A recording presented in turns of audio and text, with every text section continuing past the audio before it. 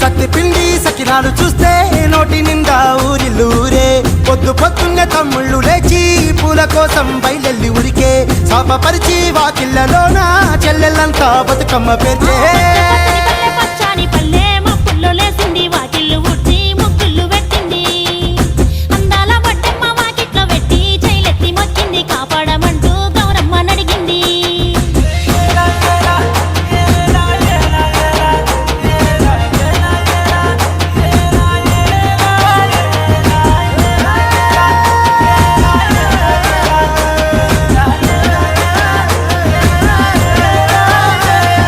చింతలు పూసే చింతలుగా సేవ